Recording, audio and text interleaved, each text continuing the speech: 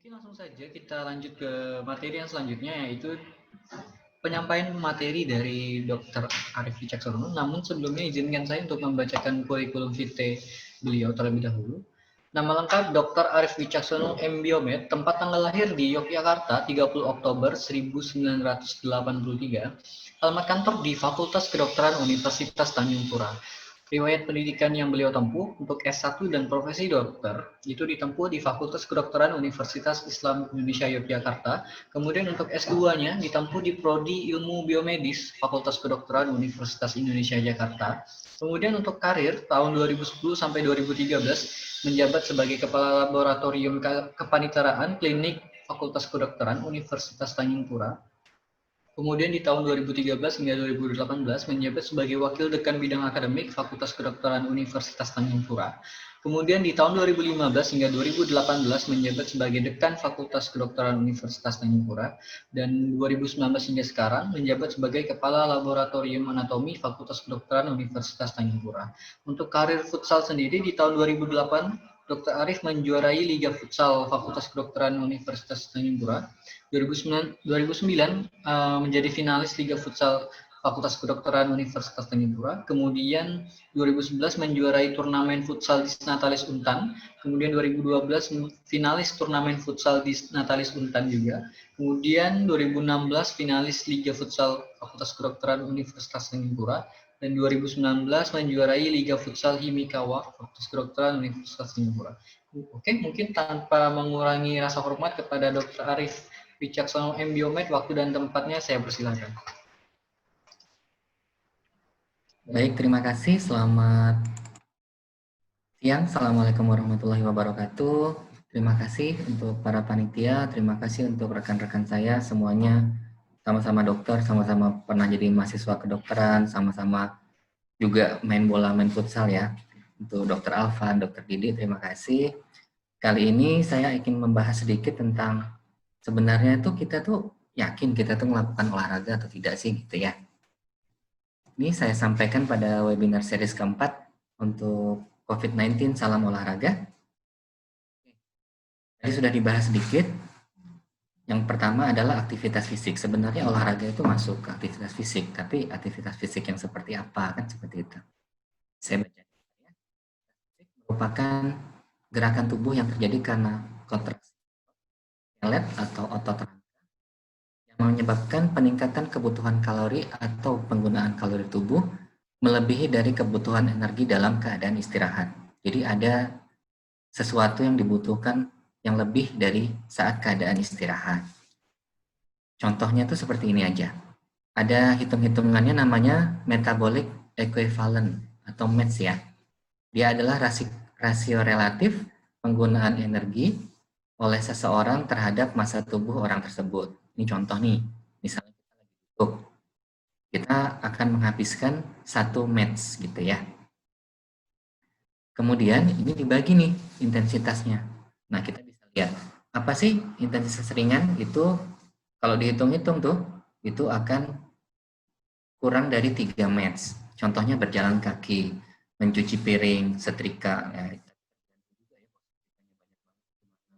Kemudian digambar, ini rekan kita juga dokter nih, dia suka mancing nih gitu. Kalau lihat ikannya aja sebesar itu apa benar cuma 3 METS ya. Jadi sebenarnya yang sederhana aja, enggak yang sampai ekstrim gitu ya kita mancingnya gitu. Kemudian memainkan instrumen alat musik ya biasanya itu piano dan gitar klasik. Kalau misalnya main drum, apalagi lagu-lagunya keras ya itu sama aja bisa naik lagi. Kemudian intensitas sedang dari 3 sampai 5,9 menit. Contohnya berjalan cepat, mencuci mobil, menyapu dan mengepel lantai, kegiatan pertukangan, beberapa jenis olahraga juga bisa. Jadi olahraga bela diri seperti yang digambar ya, yang ikut Wing Chun itu bisa masuk, yang menggunakan.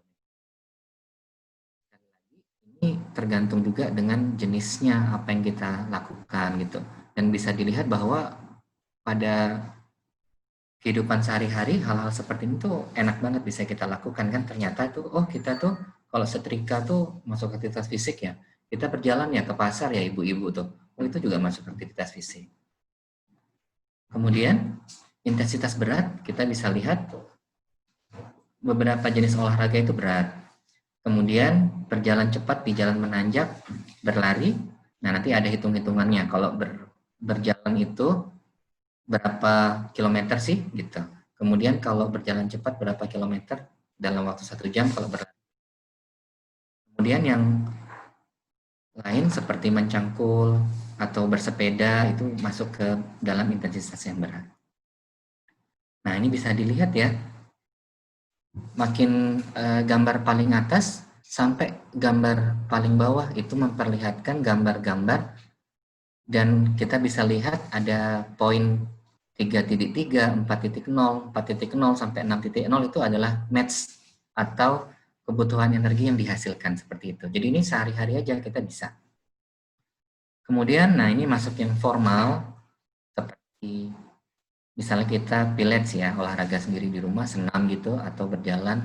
Nah, kita menghabiskan 3,5 sampai 5 match. Dan makin yang ke bawah ini, nah seperti angkat beban, berenang, kemudian kita melakukan aktivitas fisik yang lain, dan ada hitungan sendiri itu bisa menghabiskan 6 sampai 11 match berat. Di 4 gambar yang paling bawah itu merupakan intensitas yang berat, seperti itu ya. Nah, kemudian tadi kita udah tahu aktivitas fisik itu apa, sekarang ada yang namanya latihan fisik dan exercise. Biar beda ya. Kalau latihan fisik itu aktivitas fisik yang terencana, terstruktur, berkesinambungan, yang melibatkan gerakan tubuh berulang serta ditujukan untuk meningkatkan kebugaran jasmani. Sekarang kita lihat dulu exercise. Exercise itu aktivitas fisik yang dilakukan dalam waktu senggang, tidak direncanakan secara detail, dengan tujuan untuk menjaga kesehatan tubuh dan peningkatan kebugaran fisik. Nah, jadi kalau kita biasanya nih ya, kemana gitu, yuk kita exercise, yuk kita olahraga, yuk kita apa, nah, kita balik lagi ke definisi-definisi ini, seperti itu. Nah, ini contohnya ya, kita bisa lihat, ini juga dokter, dia bisa juga yoga ya, rekan kita juga. Jadi ini kalau yang berlari itu masuk ke latihan fisik, tapi kalau yang seperti yoga, nah tadi sudah dibahas oleh Dr. Alvan juga, intinya itu olahraga itu di tingkat tertinggi dari segala jenis aktivitas fisik. Kita dibilang olahraga itu harus memenuhi beberapa hal yang nanti akan kita lihat setelah ini. Dari definisinya dulu, olahraga itu apa? Olahraga itu suatu bentuk berkesinambungan, berulang, ada aturan-aturan tertentu yang ditujukan untuk meningkatkan kebugaran jasmani dan prestasi. Waduh, susah banget ya dihafalin dulu nih. Banyak banget itu. Terus terakhirnya yang buat agak sulit adalah kata-kata prestasi. Nanti akan saya jelaskan. Oke, ini adalah beberapa buku ya yang dari luar. Nanti mungkin kalau Dr. Alvan juga udah punya tuh yang dari Indonesia, dari PSSI seperti itu. Jadi yang pertama itu harus ada aturannya dulu.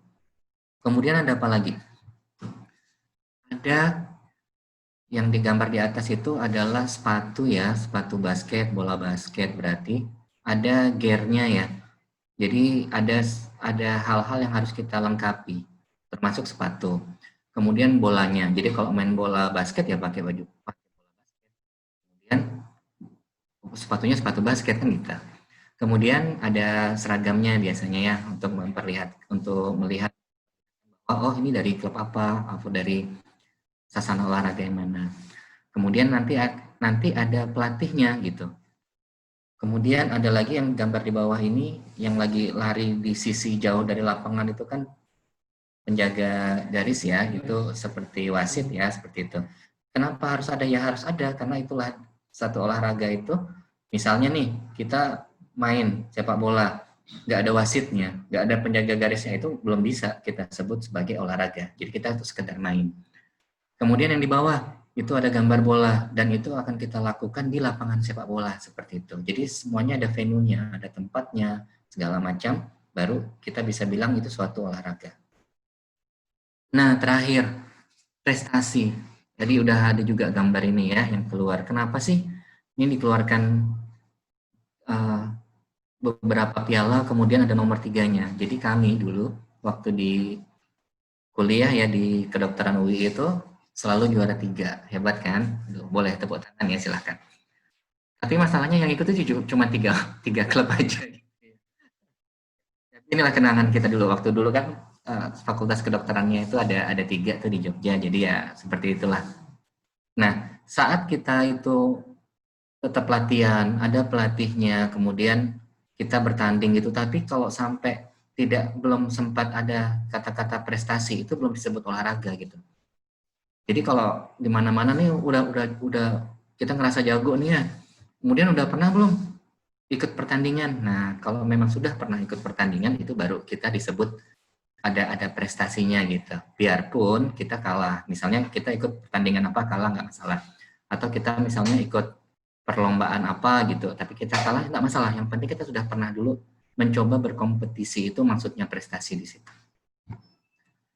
Oke, kemudian kalau tadi kita lihat aktivitas fisik itu ada latihan fisik dan exercise. Khusus untuk olahraga, kita bisa dapat 2 definisi lagi, yaitu yang namanya training dan practice. Nah, jadi beda ya.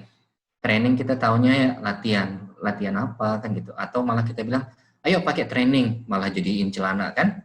Yang sebenarnya training itu apa? Training merupakan aktivitas fisik yang dilakukan dengan sistematis dalam periode waktu tertentu secara berkesinambungan dengan tujuan mencapai sebuah target atau prestasi olahraga. Kemudian kalau praktis apa? Praktis merupakan aktivitas fisik yang dilakukan untuk meningkatkan keterampilan atau kemahiran berolahraga tertentu menggunakan berbagai peralatan sesuai dengan tujuan dan kebutuhan olahraga tersebut. Nah, sekarang kita ke training dulu. Training ini dari kata-katanya itu tidak disebutkan menggunakan alat. Jadi misalnya kita lari, atau kita push up, atau kita sit up, atau kita hang up, segala macam hal seperti itu masuknya ke training. Nah, suatu saat kita menggunakan alat, nanti berubahlah. Kita berarti sedang melakukan praktis. Contohnya, misalnya kita menggunakan treadmill, nah itu udah pakai praktis dong. Kemudian yang harus menggunakan alat itu kan seperti angkat berat, beban itu ya, itu kan harus menggunakan alat tertentu, enggak kita ngangkat meja, enggak ngangkat kursi. Nah itu maksudnya ke praktis gitu ya. Jadi kalau aktivitas fisik itu akan membawahi semua jenis yang segala macam tadi, bahkan olahraga. Perbedaannya apa? Olahraga definisinya sebanyak itu, dan dialah yang paling menempatkan tempat tertinggi di aktivitas fisik itu adalah olahraga. Kalau di dalam olahraga ada lagi istilah 2, yaitu training dan practice. Kemudian kalau di aktivitas fisik ada yang namanya latihan dan exercise. Nah, mudah-mudahan setelah tahu mengikuti webinar ini, teman-teman semua bisa tahu jadi bedanya apa, kita selama ini melakukan yang jenis mana sih gitu. Atau kita hanya main saja. Nah, ini yang sering kita salah itu kan ya. Main itu apa? Melakukan aktivitas fisik yang mirip dengan olahraga tertentu. Jadi sebagian besar orang, contohnya gini, main bola yuk, badminton yuk. Nah, itu udah bener banget tuh. Jadi kita melakukan sesuatu yang mirip dengan olahraga tertentu gitu. Nggak masalah. Masalahnya adalah sebenarnya jadi yang kita lakukan tuh apa? Jenisnya masuk ke exercise, practice, atau gimana ya. Yang paling sering itu yang bisa masuk hanya di bagian latihan fisik sama exercise. Hanya training dan practice hanya miliknya olahraga gitu. Nah, yang ingin saya sampaikan adalah ya mirip ya dengan semua yang kita kalau ada yang memang suka olahraga, ada yang cuma mengikuti aja, tapi saya rasa olahraga ini sudah menjadi bagian dari kita lah untuk kehidupan kita sehari-hari ini. Nah, ini adalah merupakan protokol dari WHO untuk menuju new normal. Jadi nggak tiba-tiba new normal. Jadi ada masa yang tadi disebut oleh Dr. Alvan dan Dr. Didi itu masa transisi dulu. Kita harus lewat masa transisi dulu dong, baru masuk ke new normal. Gitu. Setidaknya itu ada 3 ya, ada 3 hal yang harus dipenuhi oleh suatu bagian atau suatu negara untuk kita bilangnya boleh nih kita transisi. Yang pertama, adanya indikasi bahwa epideminya terkontrol dengan menggunakan angka penularan yang di bawah 1 atau 1 gitu. untuk beberapa webinar yang lalu pernah juga saya sampaikan bahwa jika angka reproduksinya 1, maksudnya gini, satu orang nih hanya akan menularkan ke satu orang, dan satu orang yang ditularkan satu gitu. Jadi kalau satu orang itu nanti ketemu satu orang, jadinya kan 2. Satu orang nanti ketemu lagi 1, jadinya 3. Jadi hitungannya sangat enak. Tetapi jika lebih dari 1, misalnya 3, dari 1 ke 3 kan jadinya 9 gitu. 9 jadinya 27 gitu. Nah, di nomor 1 aja di Indonesia secara umum tidak bisa mengontrolnya. Yang kedua, sistem kesehatan bisa untuk memenuhi tempat tidur dan pelayanan jika ada kasus-kasus berat. Nah, dalam sekarang juga saya rasa kasusnya makin banyak dan banyak juga nakes yang masih meninggal ya. Untuk dokter dan perawat itu banyak sekali, dan bahkan semalam itu ada 2 lagi rekan kami yang meninggal dan positif terkena COVID-19. Kemudian yang ketiga adalah public health surveillance, itu adalah angka kemampuan kita untuk memeriksa kasus, dan saya rasa ini sudah cukup baik, meningkat, tetapi masih belum banyak. Kalau tidak salah saya masih baru 1/300 dari seharusnya yang diperiksa, seperti itu. Ternyata yang 3 ini bukan disederhanakan. Sebenarnya itu ada 6 ternyata. Nah, kita bisa baca sama-sama. Yang pertama, penyebaran COVID-19 terkontrol, sistem kesehatan mumpuni, bahaya penyebaran pada kondisi rentan, kemudian tempat kerja bisa melakukan pencegahan, bahaya dari imported case terkendali, dan komunitas berpartisipasi maksimal. Saya rasa yang sudah dilakukan justru yang nomor 4, yaitu tempat kerja melakukan pencegahan, dan kemudian yang nomor 5 itu kita nggak bisa bilang karena semuanya udah transmisi lokal. Jadi kalau buat saya pribadi dan rekan-rekan saya juga yang di bagian kesehatan, apalagi di bagian anak ya, mereka yang sangat concern itu menyatakan bahwa kita belum bisa nih ke arah yang new normal, itu belum bisa.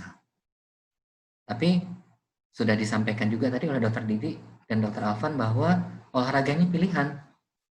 Maunya di mana? Kita sudah kasih tempat kan. Jadi maksudnya gini, mau olahraga di dalam rumah atau di luar rumah. Nah, sederhana itu saja. Sebisa mungkin ya di dalam rumah, tapi kan ada juga yang tidak punya alat-alat ya di rumah untuk berolahraga.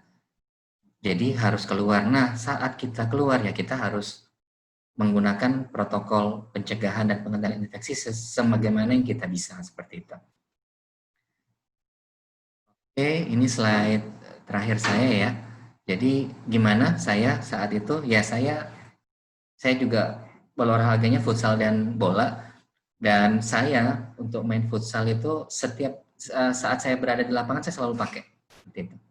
Kemudian kalau pada saat main bola ya saya juga pakai tuh. Jadi kalau saya main bola itu kan kami nggak pro banget ya. Jadi 30-35 menit. Selama 35 menit itu saya pakai untuk maskernya.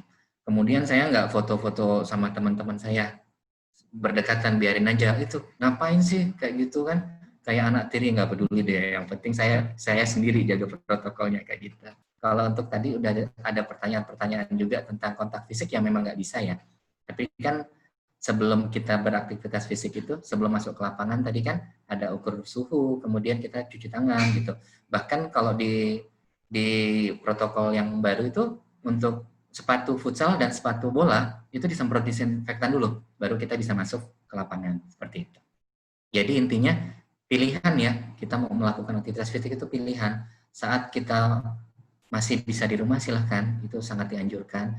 Tapi saat kita melakukan aktivitas fisik di luar ruangan, apapun jenisnya, ya kita harus mengikuti sebagaimana yang kita bisa, seperti itu.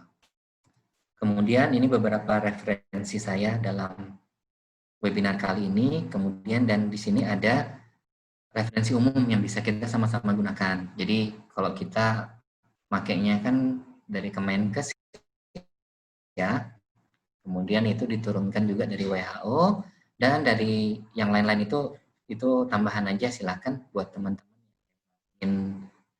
ingin melihat lagi lebih detail bisa. Saya rasa rasa seperti itu. Terima kasih atas kesempatannya. Selamat siang. Assalamualaikum warahmatullahi wabarakatuh. Waalaikumsalam. Waalaikumsalam warahmatullahi wabarakatuh. Terima kasih kepada Dr. Arif Wicaksono MBiomed yang telah menyampaikan pemaparan materi tentang pembagian ataupun terminologi ya tentang latihan, tentang main, tentang olahraga, praktis, exercise dan sebagainya. Sudah sangat-sangat lengkap. Jadi harapannya buat seluruh peserta yang ada di webinar kali ini bisa membedakan ya mana itu exercise, mana itu latihan fisik, mana itu olahraga, mana itu main, dan sebagainya. Seperti itu ya. Oke, saya mengajak teman-teman untuk berpartisipasi melalui pertanyaan ataupun diskusi. Silahkan bagi yang mau bertanya bisa langsung lampirkan pertanyaannya, ketik pertanyaannya di kolom komentar, ataupun juga mau melewat WA, ataupun misalnya mau berinteraksi secara langsung dengan narasumber juga boleh, sangat-sangat boleh. Sebelum itu mungkin kita pengen diskusi dulu ya Dr. Arif ya, mungkin terkait penggunaan masker, kemudian mengingatkan rekan-rekan sesama tim ketika kita berolahraga, misalnya khususnya futsal atau bola, itu mungkin bisa kasih tips dan triknya dokter. Misalnya kayak saya pribadi ya dokter ya, saya juga main futsal gitu kan. Saya tiap main futsal itu datang dengan membawa masker gitu, dan sedangkan teman-teman saya itu nggak ada satupun yang pakai masker gitu ya. Begitu juga saat main dan lain sebagainya, itu mungkin bisa dikasih tips dan triknya biar teman-teman bisa tetap aman, nyaman berolahraga walaupun lingkungan sekitarnya nggak menerapkan protokol kesehatan seperti itu. Oke, bentar ya Mas ya.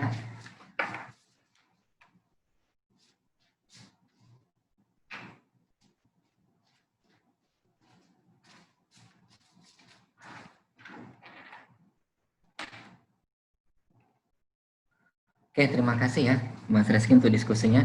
Nah, itu yang tadi saya juga udah bilang bahwa kalau misalnya kita ingin melakukan sesuatu itu harus sesuai dengan protokolnya gitu ya. Dan itu sebenarnya itu merupakan promosi kesehatan juga sih buat kita dan yang lain-lain ya, seperti itu.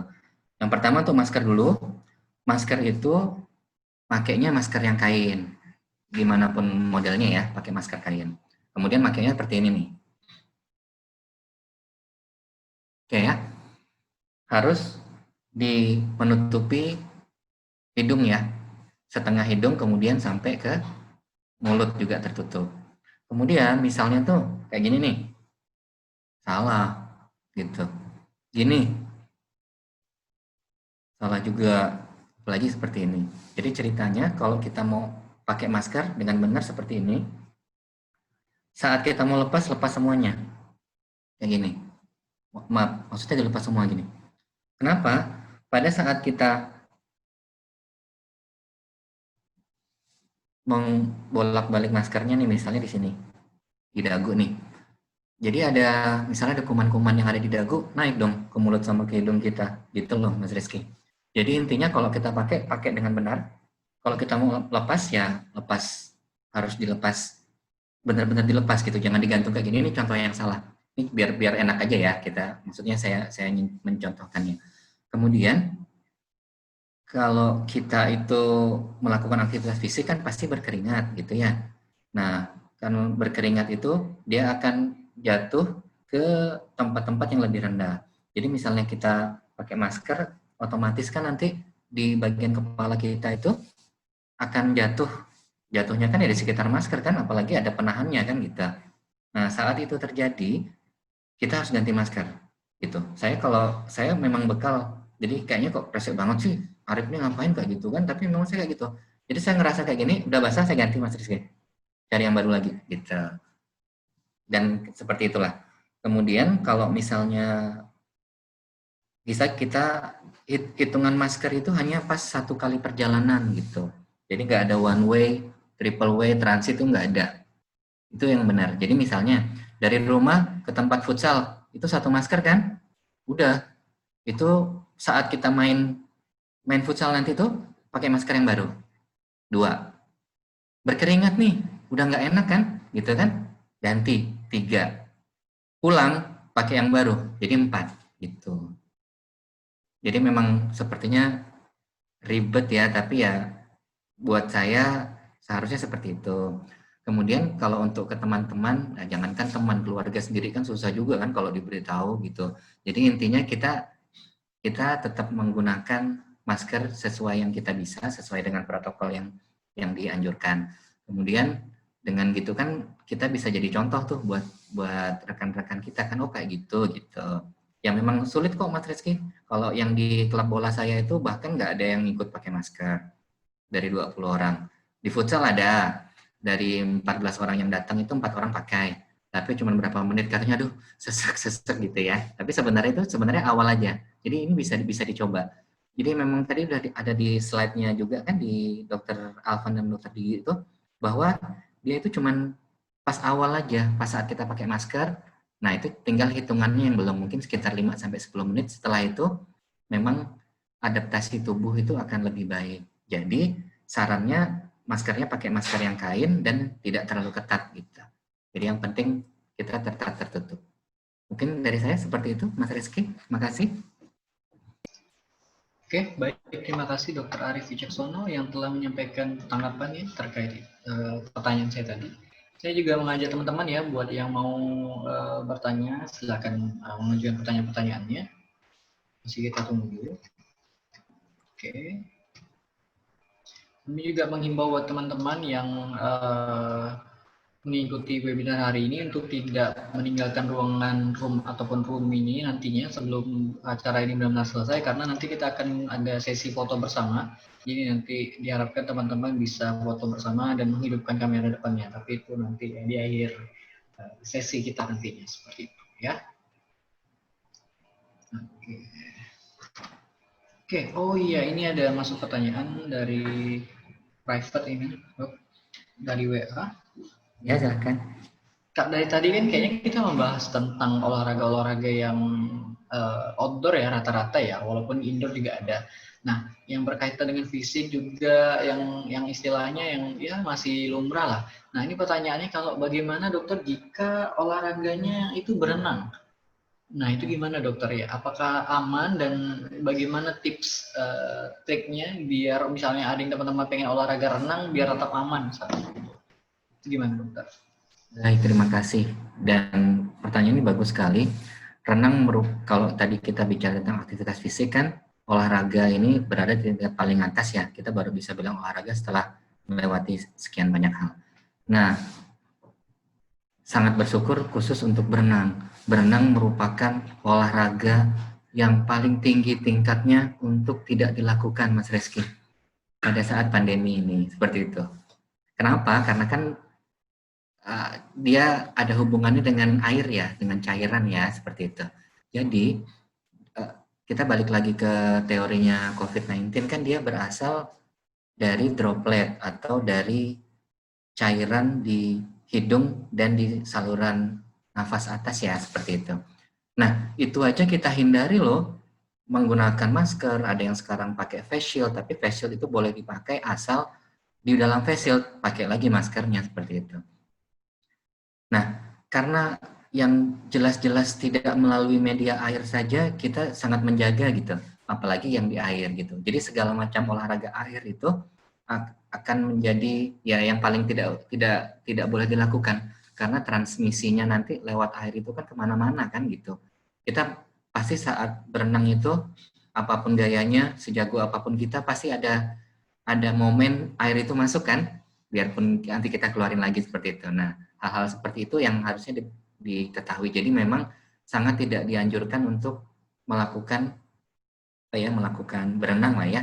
Olahraga renang itu sangat tidak dianjurkan karena itu. Gimana kalau kita nyewa gitu kan, private? Saya rasa juga kita nggak bisa menjamin gitu. Jadi kalau di air itu ada penelitian yang menunjukkan bahwa ada COVID-19, ada SARS-CoV-2 ya, ada virusnya itu di air selama berapa lama gitu. Misalnya kita hitung aja 3 jam. Habis itu gimana caranya? Masa kita mau disinfeksi airnya kan? Jadi kan nggak bisa, air sebanyak itu kita disinfeksi itu nggak bisa. Andai kata bisa, kaya banget nih orangnya, bisa nih, seret gitu. Tapi setelah kita pakai, tek gitu, harus langsung dikuras lagi loh airnya, semuanya gitu. Kemudian dimasukkan yang baru lagi. Jadi saran saya yang memang masih belum bisa melakukan olahraga yang berkaitan dengan air di masa-masa pandemi itu. pandemi ini. Makasih Mas Rizky. Oke, baik, terima kasih Dokter Arif. Berarti berenang merupakan salah satu olahraga yang tidak disarankan untuk dilakukan terlebih dahulu ya dokter ya? Sangat tidak disarankan. Gitu.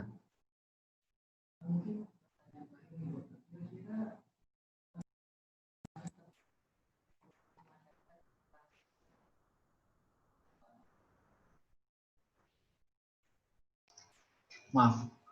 Oke. Menurut dokter sendiri kira-kira gimana ya dokter dengan situasi masyarakat sekarang yang merasa atau menganggap sekarang udah new normal, padahal kan belum ya. Tapi kayaknya tempat-tempat umum kayak pantai, kayak sungai itu kayaknya udah mulai ramai. Banyak masyarakat yang udah mulai apa ya, kayak tadi main, berenang dengan air dan segala macam. Terutama kayak misalnya masyarakat yang tinggal di pesisiran tepian sungai gitu ya dokter, itu kayaknya banyak ya yang mandi dan segala macam di situ tuh. Menurut dokter gimana pandangannya dokter? Baik, terima kasih. Kembali lagi kita ke teori-teori transmisi si virusnya sih sebenarnya. Kalau memang kita mau pakai protokol yang sangat ketat, memang ya kita tuh lebih baik di rumah aja, kecuali ada yang hal emergensi atau hal yang harus kita lakukan di luar rumah seperti itu. Nah, masalahnya rakyat ini kan banyak, kemudian apa ya, kondisi perekonomian kan juga berbeda-beda. Jadi sepertinya pemerintah kita dalam tanda kutip melegalkan gitu Mas Rizky untuk orang kembali melakukan hal-hal aktivitas fisik, bukan aktivitas fisik sih, aktivitas sehari-hari seperti itu. Mungkin yang di daerah di sekitar pantai kan dia jualan tuh air kelapa, enak banget kan minum air kelapa gitu, habis itu sambil main air, berenang segala macam. Nah kayak gitu sih, harusnya sih memang belum terbuka untuk hal-hal seperti itu. Tapi di saat seperti itu ya kita kembali lagi, berarti kita harus menjaga diri kita baik-baik, misalnya makan makanan yang bergizi seimbang, kemudian melakukan aktivitas fisik sebisa kita, dan sebisa mungkin menghindari keramaian. Sebenarnya seperti itu.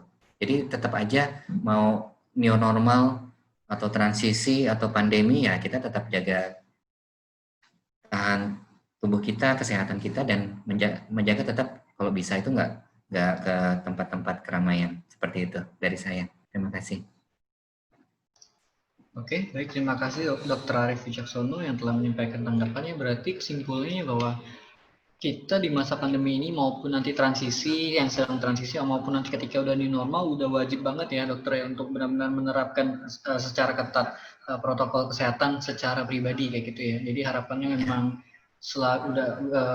selagi pandemi ini belum bisa terkontrol dengan baik, juga penyebarannya masih sangat-sangat cepat, kita diharapkan bisa mencegah penyebaran itu dengan diri kita sendiri agar tidak tercegah juga, agar tidak terjangkit juga virus tersebut. Ya, maksud saya gini Mas Reski, benar ya, dan kita lebih baik tidak ngikut-ngikut gitu loh, biar kita tuh gimana aneh sendiri nggak masalah. Kita dianggap aneh sendiri nggak masalah, kita rese sendiri nggak masalah. Tetapi yang jelas kita berusaha menjaga daya tahan tubuh kita dan melakukan protokol-protokol itu sebisa kita. Saya rasa seperti itu, Mas Reski. Baik, terima kasih. Ini udah luar biasa sekali sih statement yang telah disampaikan. Jadi buat teman-teman, buat seluruh peserta nanti setelah webinar ini diharapkan benar-benar bisa paham ya bahwa kita sebagai insan manusia wajib hukumnya untuk menjaga diri kita sendiri, menjaga orang-orang sekitar juga, karena kalau kita udah sehat pasti orang-orang sekitar kita juga akan ikut sehat seperti itu. Nah, kalau kita sendiri nggak bisa jaga diri, nggak bisa jaga kesehatan, kemungkinan besar orang-orang di sekitar kita juga akan tertular seperti itu ya. Sekali lagi terima kasih kepada Dr. Arif Wicaksono Biomed yang telah menyampaikan materi yang sangat-sangat luar biasa. Saya juga mengucapkan terima kasih banyak buat seluruh narasumber. Ada Dr. Alvan Nur Asyar, ada Dr. Didi Pangestu Hadi, dan juga Dr. Arif Wicaksono Biomed.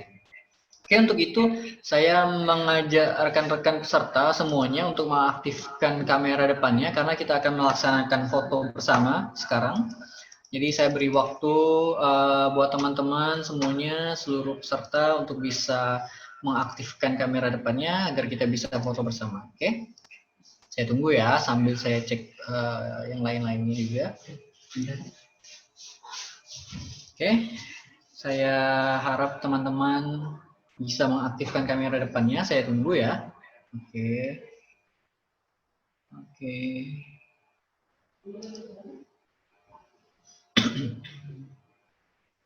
Oke, ada Bu Nur Hamidah, mohon izin Bu diaktifkan kamera depannya. Oke, ada Pak Ahmad Dede, mungkin bisa mohon dibantu Pak diaktifkan kamera depannya. Saya mencoba cek-cek juga yang lainnya. Bu Rusmini, Pak Aldi Khairul, Bu Feliana, Pak Cahyo, Bu Ulia, mungkin bisa dibantu untuk mengaktifkan kamera depannya, ya. Oke, saya cek dulu ya. Nanti teknisnya sederhana saja. Nanti ketika saya hitung 1, 2, 3, rekan-rekan mungkin bisa menahan pose terbaiknya sekitar 5 detik. Biar admin ataupun teman kita nanti akan screenshot terlebih dahulu. Nanti kita lanjut lagi ke sesi selanjutnya, foto yang kedua, tahan 5 detik, dan sebagainya. Oke? Mungkin 2 sesi awal kita nanti foto formal dulu, kemudian habis itu kita bisa foto bebas ya. Seperti itu. Oke, saya cek lagi. Oke. Sip ya. Pak Founder gimana? Udah bisa kita mulai? Boleh?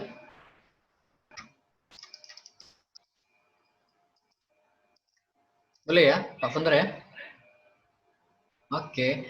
Oke, bersiap-siap ya. Kita ada 3 kali sesi foto. Jadi nanti yang ke 3 kali foto, 2 yang pertama kita formal, yang terakhir nanti kita foto bebas. Oke, udah bisa mulai ya. Oke, untuk yang pertama kita foto formal dulu, bebas rapi ya. Oke, 1, 2, 3.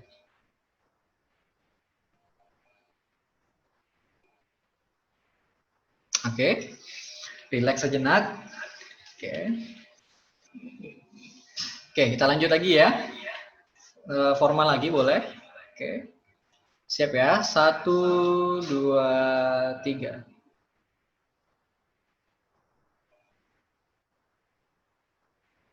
Oke. Oke, relax. biar ini ya, biar bisa senyum ya. Nah, habis ini kita foto bebas nih, foto posenya bebas mau kayak gimana boleh. Oke, ya. Saya cek lagi. Oke, sip. Oke. 1, bebas ya. 1, 2, 3. Oke, sip ya, bisa ya, sip. Terima kasih banyak buat seluruh peserta yang udah mau hadir hari ini. Terima kasih kepada seluruh narasumber. Dr. Alvan udah mau menyempatkan waktunya. Terima kasih banyak dokter, sehat selalu, sukses selalu. Dr. Didi, terima kasih banyak. Selamat berbagi sharing materi-materinya, dan juga Dr. Arif yang selalu setia menjadi partner kita dalam webinar-webinar ini. Terima kasih ilmu-ilmu luar biasanya dokter. Dan seluruh peserta, terima kasih banyak buat kehadirannya di webinar kali ini, dan kami selalu menunggu rekan-rekan peserta di webinar-webinar kami selanjutnya, karena kami insya Allah akan ada webinar lagi kemungkinan di minggu depan sekitar hari Kamis. Jadi buat teman-teman ataupun rekan-rekan peserta yang masih mau join lagi, nggak masalah, silakan, kita sangat-sangat welcome. Dan jangan lupa untuk follow berbagai platform kita di sosial media, ada IG, Facebook, dan sebagainya. Dan rekaman webinar ini nanti akan kita share juga di YouTube. Jadi harapannya teman-teman bisa bisa menonton ulang lah ya, buat teman-teman yang bisa hadir maupun yang belum bisa hadir hari ini.